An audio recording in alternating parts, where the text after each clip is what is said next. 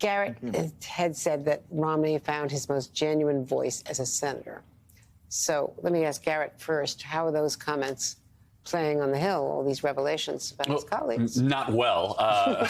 Josh Hawley and J.D. Vance, two of the Republican senators who Romney takes to task at one degree or another in these interviews, have both, pushed back on those comments today. Vance basically said, if you're going to call me, I think, the least respected person in the Senate, at least in Romney's view, you ought to at least come say it to my face. I think the interesting thing is I don't think Mitt Romney cares about their response at all. I do think the difference between Mitt Romney in 2023 than 2012 is I think he's saying what he really feels. He's backed away from some of the things that made him effective in his early career, but perhaps made him appear a bit cynical, like backing away from Romney Care in Massachusetts or chasing the Trump endorsement in 2012. This is a guy who doesn't need to worry about the money, has a family that loves him a great deal that he's going to come home to, has done many of the things he set out to do in the Senate, and now he's going to tell people what he thinks.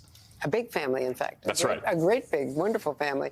Stuart, McKay Coppins, the author, previewed his upcoming Romney biography in The Atlantic now overnight, writing, quote, perhaps Romney's most surprising discovery upon entering the Senate was that his disgust with Trump was not unique among his Republican colleagues. In private, they ridiculed his ignorance, rolled their eyes at his antics, and made incisive observations about his warped, toddler-like psyche. Wow.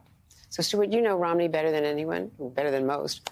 How difficult was his decision for him to not run again? And how great is his disgust with the party factor?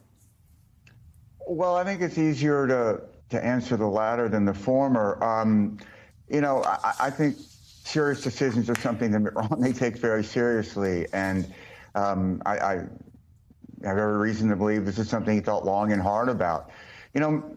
Mitt's at a point where I think his off the record and on the record are pretty much the same. So what you see is what you get. What he's saying about what other Republicans believed about Trump, an open secret. Everybody knows this.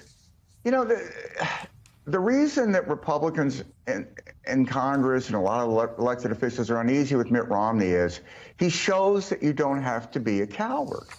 You can say these things. You can speak the truth and let the chips fall where they may. So when Mitch McConnell says, well, I wish I could say this or others could say this, of course you can say this. You're not genetically wired to be a coward. You took an oath of office that you are now walking away from and defiling because you're supporting someone is against the best interests of America, who really has attempted to overthrow the government of the United States of America and is running on a pretty openly anti-democratic authoritarian movement that has become your party. So if you don't stand up to that, why are you in office? For good parking at the Senate? It's really Romney is this X-ray that shows that the Republican Party has no soul or spine.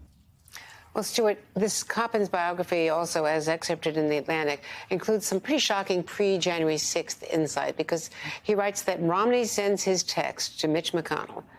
In case you have not heard this, I just got a call from Angus King. Now, I should interpolate that Angus King is on the Intel Committee, who said that he had spoken with a senior official at the Pentagon who reports that they are seeing very disturbing social media traffic regarding the protests planned on the 6th. There are calls to burn down your home, Mitch, to smuggle guns into D.C. and to storm the Capitol. I hope that sufficient security plans are in place, but I am concerned that the instigator, the president, is the one who commands the reinforcements the D.C. and Capitol Police might require. Boy, was that accurate. McConnell never responded. Stuart, I'm just, in my mind's eye, I'm just seeing that January 6th picture of Mitt Romney walking by himself down the hallway right into an approaching mob and getting warned by a heroic Capitol policeman to turn back, who blocked the way, saving him from being attacked. Yeah, what does it say about Mitch McConnell that he didn't even respond to that text?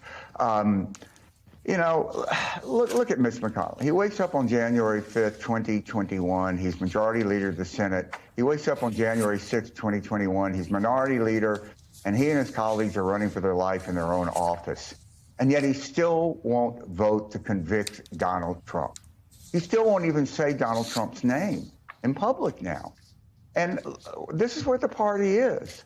It's reached a point where 7 out of 8 or 6 out of 9 of the Republicans raised their hand when they said that they would support Donald Trump, even if he was convicted of a felony, which included charges of attempting to overthrow the government of the United States. What Romney shows is that you can be an American first. That's what you're supposed to do. And he's a conservative, and you know, a lot of Democrats, I think they still sometimes are shocked to remember that Romney is a conservative. But he's the only senator in the history of the United States who voted to convict for impeachment a member of his own party. And he did it twice.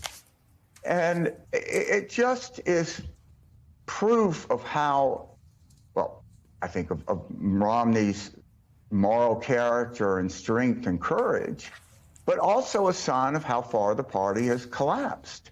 It's really not a governing party. I think it's a collapse of a major party in America, unlike any we've seen in our history. And as someone who spent a lot of years pointing out flaws in the Democratic Party, it is a true statement, I think, that the Democratic Party is the only pro-democracy party in America. And the Republican Party has become an authoritarian movement. Well, having covered Mitt Romney on this program as well in 2012, and you, Stuart Stevens, you were a partisan Republican in that campaign, and this is what has happened. Derek could testify to that. Yeah. Yeah, that was not criticism. That was doing what you needed to do. Yeah.